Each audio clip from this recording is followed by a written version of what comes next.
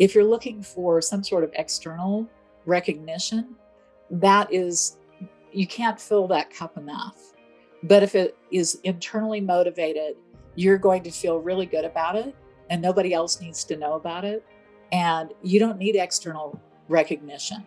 If you can get to that point, that's when you'll be happiest in your life and your business. The Tom Screen podcast is owned and made possible by Ethical Marketing Service. If your business is struggling with Google or Facebook ads, maybe you're frustrated figuring it out, or there's a performance issue, Ethical Marketing Service has worked on hundreds of accounts and we can help in this area. We offer a 30-day money-back guarantee, and for every direct account we look after, we sponsor a child in a developing nation with food, water and education. If you would like to find out if we can help, it's a free, no salesy consultation call, and the link is in the description. Enjoy the episode.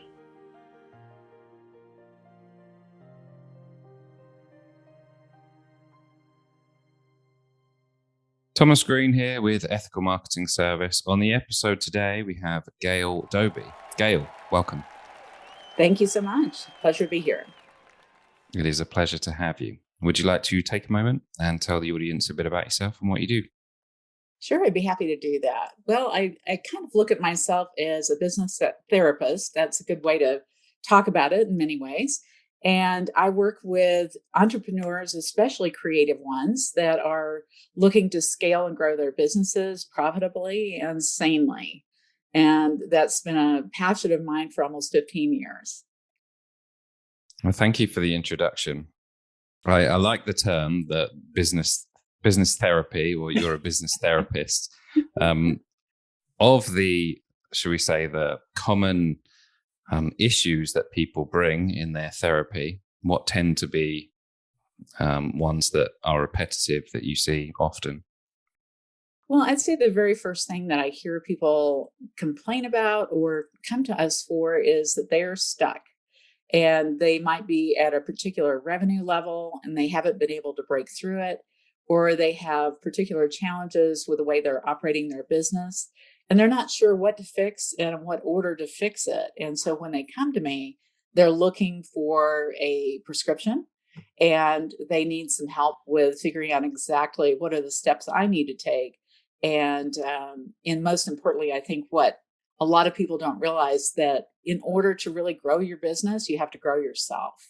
So they don't realize that we give them what they need and also what they want. But we start with what they want and then we'll give them what they need, which is the piece of understanding that they need to work on themselves. Well, that is, you may be playing to my next question, because in therapy, often, or at least my perception of therapy, is that the therapist often knows something that the person doesn't know, and often it can be, should we say, something, I don't know, some deeper level going on. Is that something that you recognize in talking to your clients?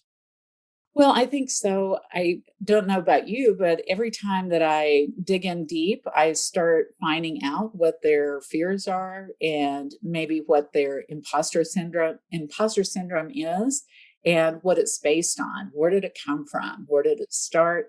And why is that holding them back? Because a lot of times, if they don't know that is the real reason their business isn't growing, we can't really do anything. I can help structurally. I can help people with financials.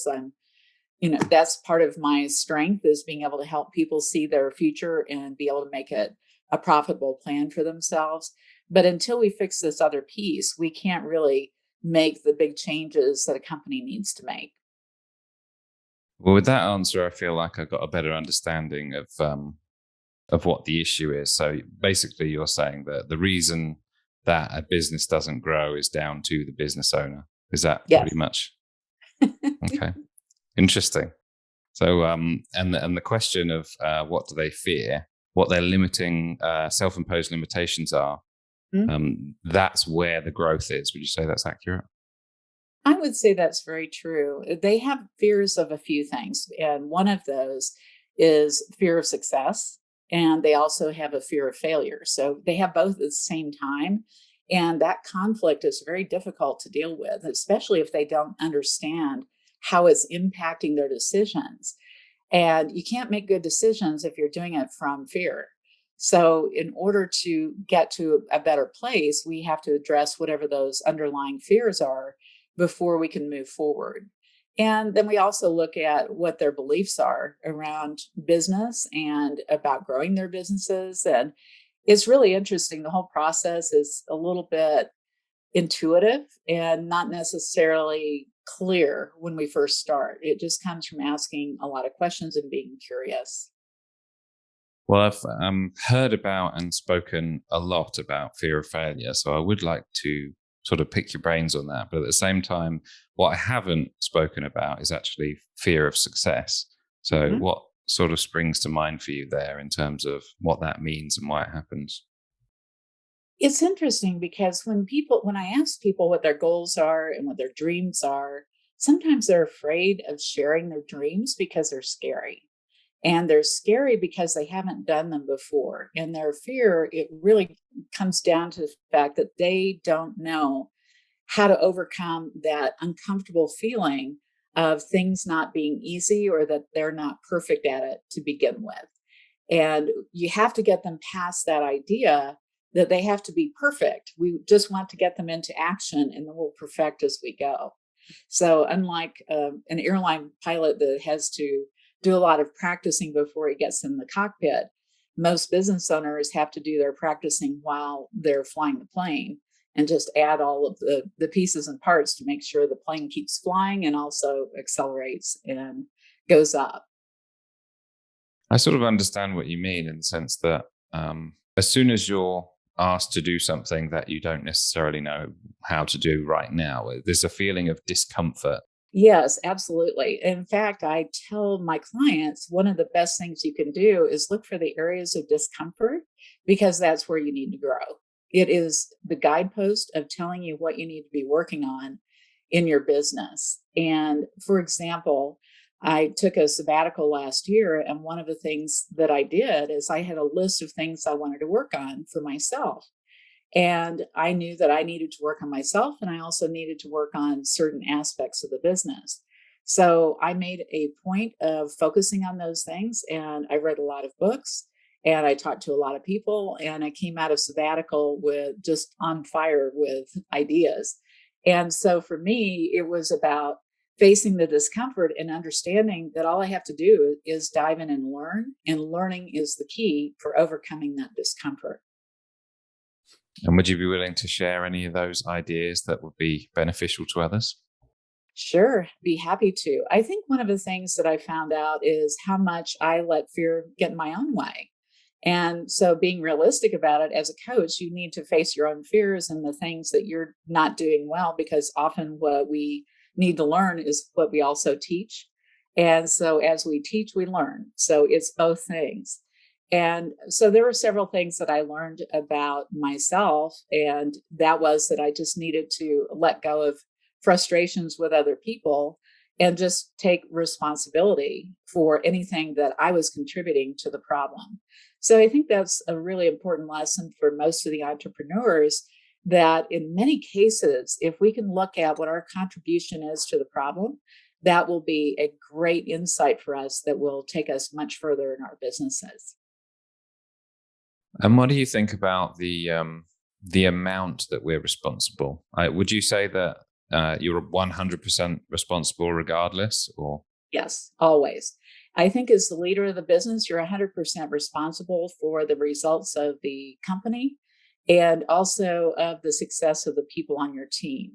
So if you are having people issues and things are going wrong, maybe you had a hiring system failure, or maybe you had an onboarding failure, or maybe you had a training failure. But many times we'll find that if we didn't hire the right person, and they really aren't a culture fit, that we had a hiring failure. So we have to pinpoint the actual bottom line, real net problem that we're dealing with. And instead of fixing the symptom of the problem, we need to be looking at the root cause of the problem. Well, this is actually something that I was going to ask you about because if I'm not mistaken, you've got some hiring expertise. And in terms of timing, we literally just paused the job online and now we've got all our applications to sift through. So would you be willing to share some hiring expertise? It's a selfish question for me. Oh, please. I love it. I love practical application. Well, I think on the hiring front, the first thing is to make sure that you have a clear picture of your culture and what your culture is for in terms of hiring. And if you're looking for particular people, I tend to like to hire people that fit the culture first and have a high desire to learn and are willing to dig in and maybe just do some things that they haven't done before. And if I hire based on that, more so than all the credentials that we might be looking for, I find excellent hires that are willing to dive in and learn the structure of our business. And um, to me, that's a really good thing to do. And then the other piece of this is making sure that in the hiring process, you have a very good job description and you have great questions that will dive into that person's culture fit with your company. Because I think a lot of people make mistakes. They hire people like them instead of people that really are appropriate to the job.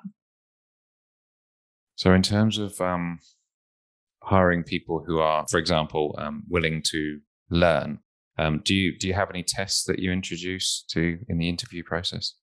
Well, I think there are just a number of questions that you can ask people. What do you like to do? What are the things that excite you? And how do you go about learning? And just diving into the questions about something around the learning process for them and whether they've gone on to take additional courses. Do they like to read outside of work? Do they like to read about business? And if I find somebody that does those things, those are the people I know I can train. Are there any mistakes that I should stay away from? Well, besides just making sure that you that you do have clear culture words and that you can ask questions around that and find those right people, don't ignore the red flags because the red flags are your intuition is telling you something that's very accurate.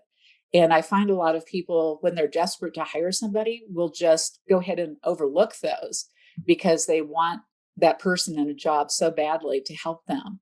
But as the old saying goes, hire slowly, fire fast. And if you could do that and make sure that you're always focusing on finding the right person for the right job and taking the time to make sure it's a good fit for them and for you, you're going to be happier with them and they're going to be more productive. And then the other piece of this is to make sure that as you go through this process, you have your team. They need to be doing the interviews too, because they will read people differently than you will. And once you make the decision to hire, then the onboarding process is crucial for making sure that that person is they're ready. They know how to perform in their job. They know what the expectations are. They know where the coffee pot is, but they also know where everything is on the computer. So we have to remember that we have to look at it from a beginner's viewpoint as the hiring manager, because if we're not looking at it as someone who's coming in fresh and has no knowledge of our business, then we can assume that they know more than they do. So we have to make sure we do our job as hiring managers to ensure that they are really set up for success. Any takes on number of interviews? As far as how many they should go through before they go through the process, 3 to Yeah. 5, I think. I think you need at least that many. And if you don't do that many, you're going to miss things. And I think too that we need to give ourselves, it's kind of like writing a great paper or a great letter. You might do a draft of it and then you sleep on it overnight. You come back and you look at it again, and then you let it sit for a few more days and you come back and do it again. If it's really important, which hiring is crucially important, then you're going to take the time to give yourself some time to let your subconscious do its job and tell you where you have some intuition coming in that's telling you that that person either is a great fit or is not a good fit at all. And again, just remembering to trust your gut. And if you feel like you have 2 or 3 red flags, then that person is probably not the right person for your team. Well, I appreciate the advice and I will remember it. So you have helped me, even if it's sort of the relearning or remembering things that Sure. you know you should do. I appreciate it. So coming back to fear of failure, anything spring to mind for you there? Well, fear of failure is always rooted in something childhood related.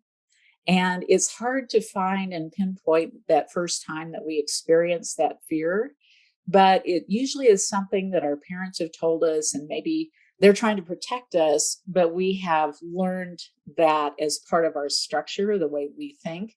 And so that fear of failure can live with us our whole life. And we don't even know that it was something that was said to us at an early age. So if you can take some time and journal about it and think about what that failure or that fear is that you have and what the root of it is, as soon as you can identify that, you can usually release it very quickly because once you acknowledge it, then you can let it go. So to me, that's one of the key things in learning how to deal with fear of failure. And would you be willing to share what an example of something that you went through in relation Oh, to journaling and fear of failure? geez, fear of failure. I think that even though I wanted to be an entrepreneur, I was not necessarily ready for what it took to be an entrepreneur. And I think one of the things that I have learned and especially worked on, this is over sabbatical, is working on being very open and candid with people and telling them sometimes the hard truth. Because I never like to hurt people's feelings. And in reality, if you don't give people honest feedback, then they are not going to know how to improve. So what I was doing was holding myself back and I was holding my employees back because of a fear of hurting somebody's feeling. So as a leader of a company, that's one of the things that you have to learn to do is to be able to give really good guidance and feedback. And have you got any advice for someone who should do it, but perhaps hasn't or needs to learn? Oh gosh, well, something small. Try it with somebody that you trust on the team and just let them know that you're learning how to give better feedback. And you can even talk to your employees and say, this is something I'm struggling with. And I'd like for you to hold me accountable for this. And here's what I'm going to do is I'm going to talk to you about the things that you're doing really, really well. And I'm going to also give you some guidance on some areas where I feel as if you can improve. And at the end of this, let me know how I did. And from there, just keep letting me know if this is the kind of guidance that you need. Because what I find is a lot of people leave because they don't feel like they got honest feedback from their employer. And I don't think that works for us in the long term when we're trying to build and scale a company. We have to be honest with people if it's not working or if something is maybe off track and we can help that person grow. It's great advice. And I think that you touched on a few things which, for example, you mentioned the job description and the expectations of that person's job and then honest feedback. So I feel like a lot of these things are fixable, maybe preventable if you know what you're doing. So, in terms of improvements that people can make, when people come to you for advice on their business, for example, it doesn't sound like, although those problems are common from my perception, it doesn't sound like they take a lot to change in terms of improvement. Would you say that's fair? I think that's true because what we focus on does tend to improve. And if we measure something, it improves. So if we decide and we look at what the key problems are in our business, and I know I do this quite a bit, I'll sit down and I'll just pull up a Word document and I'll start typing and I'll look at what am I encountering right this minute in the business? What is the root cause of that? And I try to look for the reasons why instead of blame, because I don't want to fix the blame on people. I want to fix the problem. So, what is the root cause of the problem? And what if we could do one thing that would solve about 100 things? That will take you to a different level in your business very quickly. But you can't do it unless you sit down and spend some time thinking about your business. So, I think that's one of the keys that a lot of people today are so busy, they don't feel that they have time. But I bet you if they spent 15 minutes not looking at their social media, they could spend 15 minutes identifying the root cause of a problem, and they're going to have a much better situation at work. And trust me, the social media will wait. Well, well, I shouldn't say we all, but a lot of people spend too much time on social media. So 100% on board with you there. I know that you've mentioned root causes, Yes. but in terms of what should we say, the most common surface level business owners come to you with, what would you say it is? Well, these days, this is very interesting. But I would tell you that what I hear a lot today is, gosh, it's everybody's quitting because they're looking for a better job. Well, why are they looking for a better job? And why are you having turnover in your business? Um, I have very low turnover in my business. And part of it is because I've focused on culture. And I think that if you do the right things in your business, you'll keep people. So what people are looking at is they're using the excuse that we're hearing in the economy that it's impossible to keep people and it's impossible to hire good people. And so they have this belief going in, and therefore as they start having turnover, they're not looking at what they could be doing to keep their people. So I think it's really important to think about, what could you do better? How can you onboard people better? How can you train them better? How can you have stay interviews to make sure that your employees are happy? How do you get that regular feedback so that you're sure that you're doing the right thing as an employer to provide a great workplace for your employees?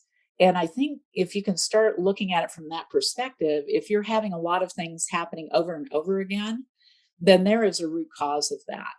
And so I think that you can keep people if you have the right perspective around how you build your business and the structure. And people are looking today for praise. They're looking for reasonable pay. They're looking for a great culture, flexibility in the workplace. They're looking for an opportunity to contribute, and they're looking for an exciting vision. They want to see a vision for the business, and they want to see how they fit with that and how they can contribute. So if you have those pieces in place, you can have a wonderful relationship with your employees, and they get really excited about helping you build that business. But if you are looking at it from the perspective of, oh, they're here just to do a job, then you're going to get exactly that, and people will walk out the door frequently. And the cost of losing people is huge. Just the amount of time and the stress for the owners and for the other team members when they have to pick up the slack is very, very difficult. So it's really important to make sure that you're doing the right things internally to keep people on your team. Would you be willing to share what your vision is? Sure. Well, my vision is to continue to help entrepreneurs grow their businesses to over $1 million in revenue and profitably so. And we are looking to scale our business over the course of 10 years to over 10 million. So our goals are very clear with our business. And we also include in that vision, our goal is to help our clients have a wonderful experience with our community and also have the clarity about what they should do and in what order. So we really help people get to that end result through the process of establishing their own vision. And then from there, we help them with the roadmap of how to get there easily. And you mentioned the culture. How did you build a culture around that vision? Well, I think the culture starts with you personally as the owner of the business, and you have your own values that you bring to the business. And there are two of us that are co-founders of this business, and we found that we have three very similar things that we believe in, and it's relationships and contribution. And gosh, I just had a blank on my own third one, but it's relationships and contribution. And it's also loyalty. And so loyalty is a huge part of our belief system. And we actually just had our employees sit down in January and give us some words that they felt described who we were as a company. And as we came into our quarterly meeting last week, we came up with an acronym called PICNIC. And we used 6 words that really exemplified what we believe we are as a company. And it's based on not just our belief system as owners, but it's also of our employees. So picnic is the acronym for all the different words, but we're really excited about it because it's something that it is co-created. And when you co-create, you have people buy into it more. And thank you for that. The Sure. picnic, are you willing to share about what the various, how that's broken down? Sure. Let me see if I can remember all of them. But positive intent, initiative, collaboration, and then it is nurturing, innovation, and oh gosh, what is the last one? We just did this, the collective. So those are our three, and so or our six rather. And I think that what our team really loved about it is it was simple. The picnic is going to be something that we'll all be able to remember, but it's hot off the press. So you got me a little bit on the edge of that. No, I appreciate you sharing it. Sure. What would you say in your business? What have your biggest challenges been? Oh my gosh. So many. So many. And one of those things is that when we started this business, we didn't really understand how much different this business was from interior design, where I was before. And I have a finance degree. And then we came into this thinking we want to help other people grow their businesses. Well, we had to learn a whole new language, and that was online marketing. And so through the years, I think probably our biggest challenge over the years is learning how to build leads and really build the kind of presence that we need to have so that we have that steady lead flow. But once we get people into our clutches, is one way to look at it. But once we get them into our collective and they become a part of our community, they stay with us 5 to 7 years. So we know that what we do is very helpful. And, but the problem being is just that lead flow at the beginning and just getting people to reach out and get help when they're ready. And how did you go about solving that problem? Same thing. I sat down and I closed myself off and I got my Word document out and I started diving into the problem. And then I spent, even these last 6 months, I have read probably over 100 books. And in those 100 books, a lot of those were based on marketing and lead gen and all the things we needed to do. And from that, I determined what we need to do strategically and what projects we need to pick up in our marketing to make that happen. And then I made a very, very big shift in our company just 2 weeks ago and took my co-founder and told her, you are 100% marketing from now on. And I took her out of the role of operating the day-to-day of the company.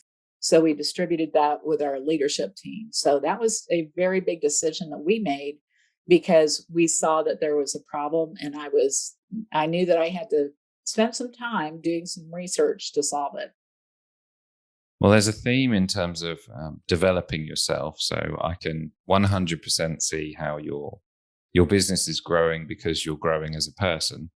But in terms of the 100 books that you read on online marketing, if you were to summarize some of the most, should we say, profound lessons that you learned, what would they be?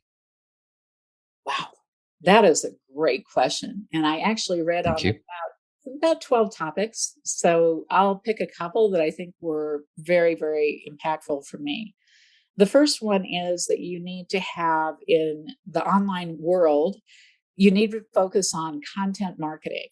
And content marketing is something that isn't necessarily sexy. You have to write a lot, or you have a team that's writing. But I think you also need to be looking at delivering it in a way that people want to see it today. And today, video is a big part of it. So, those are a couple of things that I picked up from what I was reading.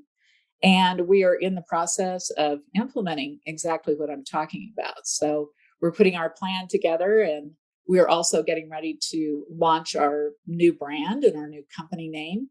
And that will be coming out in October. So, we are fast working on that and the website and all of the web domains that we need to set up to be able to promote that new brand. Well, thank you for that. I Sure. I recognize that content marketing is an important part. I kind of do my podcasting for the enjoyment more than anything. But have you, in terms of, let's say, lead gen, in terms of where you get your best results, do you anything come to mind there? Or Absolutely. Well, I think most of us get our business from referrals, and that's number one. But speaking for me is a huge way for me to get business. So being out in the community and speaking at various events around the country is extremely important for me to build leads. So is that plus we know that just keeping our clients happy and making sure that we're delivering top quality information to them requires that we continue to learn and grow. So to me, it's if we are growing and learning and teaching more to our clients, they're going to stay. They're going to share that with other people, and the referrals will grow from that. And then we also get quite a few referrals from our colleagues in the industry because they see what we're doing. So we have started also building our partnership strategy.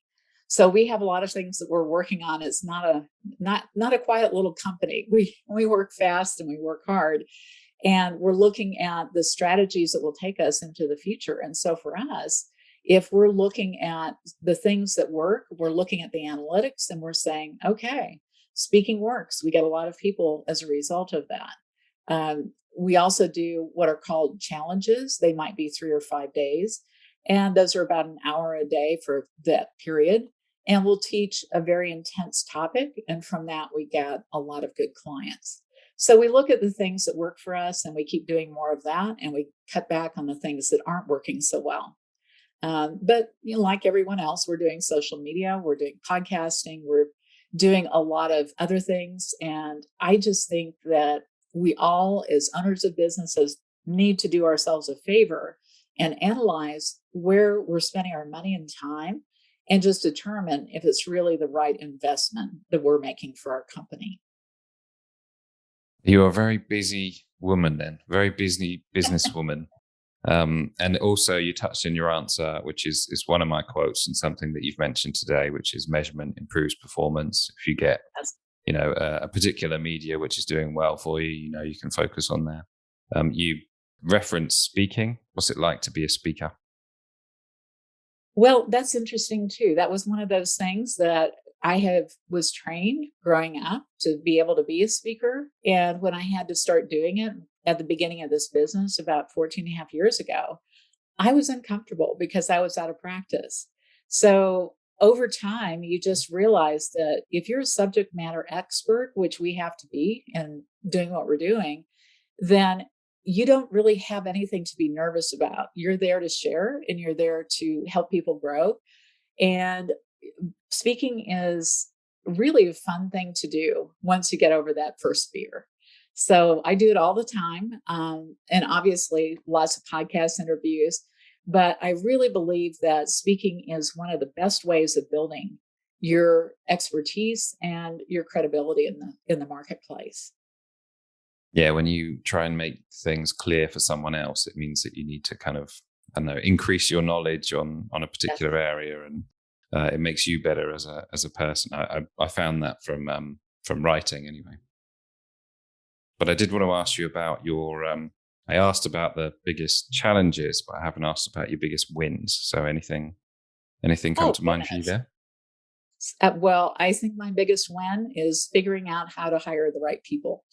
I think that one is a big one. And I I also believe that my biggest wins are the growth that I've made. And it is so hard to explain, but if you take the time to learn and to grow and take classes, get coaches, work with people that can help you, find people who are colleagues that have ideas that are ahead of yours, and read and read and read voraciously. Because when you think about it, someone that brings a wonderful book to the marketplace probably has a good 15 years of experience that they're pouring into that book. If you read 5 books on that subject, that's 75 years of knowledge. And today, things are moving so rapidly that you have to continue to learn because the learning gets out of date. So if you can focus on that, you're going to be very successful. And to me, that's really one of the keys that I'd like to share today is reading. Oh my gosh, the things that I've learned are incredible. Well, there's another selfish question from my perspective because it was a something that I was doing. I was kind of self development and immersing myself in all the various different, should we say, lessons and subjects. But I've Sure. kind of tailed off a bit. So, what advice would you give me about getting the bug back of self improvement? Well, what is your topic that you would most like to fix? That's an interesting question because I mean, I could ask you in a roundabout way, a different way, which is I don't necessarily have a long term goal, so that might be one which I would be able to answer the prior question if I had that fixed. So, any thoughts about that particular problem? Well, that's interesting. Well, you were talking about hiring. So if that is a high priority for you right now, then maybe reading about culture would be a great thing for you to work on. And there are some excellent books like Tribal Culture. I thought that one was fabulous. I read that one this spring, and I would highly recommend that. There are several really great books too. There's one great book by Patrick Lencioni. This would be a great one to start with because it's a parable and is five dysfunctions of a team. So if you will look at Patrick Lencioni's books, those are really great ones if you're working on team. So since that was the beginning part of our conversation, I think that might be useful for you. Well, you did mention that one of the your biggest wins was actually being able to hire the right people. Does that Sure. mean that you previously haven't been able to? I would tell you that in my last company, I was terrible. I had some good employees, but I had some that were not so good. So it's like having non ideal clients. But I didn't have the clarity that I do now, which is I know what I'm looking for and I know what the culture is. I know what I want our employees to fit. And if I ask the right questions, I will hire the right people 99% of the time now. And what I've found is we have a very unusual company. We're 100% virtual. We have been for 13 and a half years. And so everyone works remotely around the country for our company. And we still have a feeling of camaraderie and just a really great culture.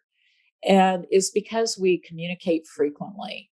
So I think it's really important to have the idea in your head that and a belief that you can have a great culture no matter how your company operates.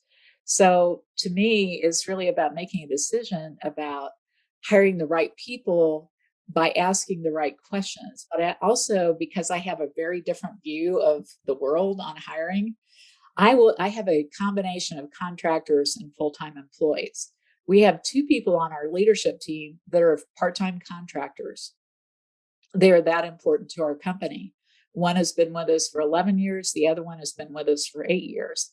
So, and my co-founder, she has worked with me for 17 years. So, to me it's really about making sure I'm the right kind of leader and I set that vision out for people and I get them excited about it and I give them an exciting workplace to work in and let them see where they can grow. Because if they can grow with the company grows. And if I grow, they grow, the company grows. So we are the basis of everything that happens in our company. And we get to choose the people that we surround ourselves with. And I believe that you can hire incredible people, but you just have to be open to the possibilities. And I'll share just a little insight that I came up with a while back. And I don't know why this happens this way, but all I have to do is decide I want to hire somebody. I'll put a job description together and that person appears. They just appear. I don't know why, it just happens. And I have had such luck with hiring as a result of that. I mean, for me, what I took from that was it doesn't necessarily mean it's the right person, but it's the right person for you. And Yes. what that means is that you have to know exactly who you're looking for. And that comes back to what we've discussed today. So I appreciate the share. And I think that's a valuable piece of information for people. I did ask you that prior to our recording, I was going to ask you about what success means to you. Well, success to me is achievement and contribution. Those are the two most important things to me. And I am such a big achiever. I want to do things. I like to build things. It's internal focus and it's internal reward for the things that I do. So I see the results of my work, and that to me is success. And if I can help my clients achieve massive results, that makes me very happy. I was talking to a couple of clients in the last week because we've been doing some reviews, mid-year reviews. And I was talking to one in particular, and I said, wow, look at this. You are now earning $550,000 net profit a year. That's your owner's compensation.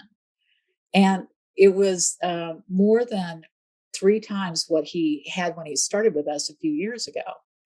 And I said, what do you think about that? And he said, I can't even believe it. And I said, well, here's the good news. By a couple of years from now, you'll be at $1 million net profit. Another person that I talked to that's a good friend of his, she actually has already hit $1 million net profit, but she was not there when she came to us. So as we start working with people and we figure out what those few levers are that we need to switch, and they start seeing that the results are going to come as a result of doing that, then they're all in. And that's the thing that I've found is that if people want to be successful, go get some coaching and help from somebody who knows that path and can help you get where you need to go. So that to me is the key to success. But the other key is to remember that if you're looking for some sort of external recognition, you can't fill that cup enough. But if it is internally motivated, you're going to feel really good about it, and nobody else needs to know about it. And you don't need external recognition. If you can get to that point, that's when you'll be happiest in your life and your business. Well, thank you for sharing that. Based on the criteria you set out, would you say that you're a successful individual? I would. I think I'm happier now than I've ever been. People ask me, how long are you going to work? And I feel strongly I am not a young person anymore, but I have no desire to quit working because I am constantly motivated by learning and by helping other people grow. So to me, that's what life's all about. Well, it's I don't know whether it's a cliche at this point or not, but if you're doing something you love, then it's not really working, right? It's not. I get up every day and I'm excited to do the work that I do. It's fun. It's challenging. It's never the same any day.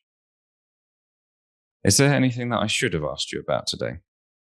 I think you've asked some excellent questions today, and I just hope for the listeners that they took 1 or 2 little nuggets. And like you said, sometimes bringing that beginner mind, even though we think we've heard it before, if we're not actually doing that, then we don't really own that.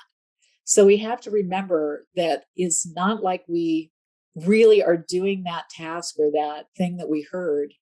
And if we aren't doing that, we need to apply it and try it. Because if we do that, we might get some really big results.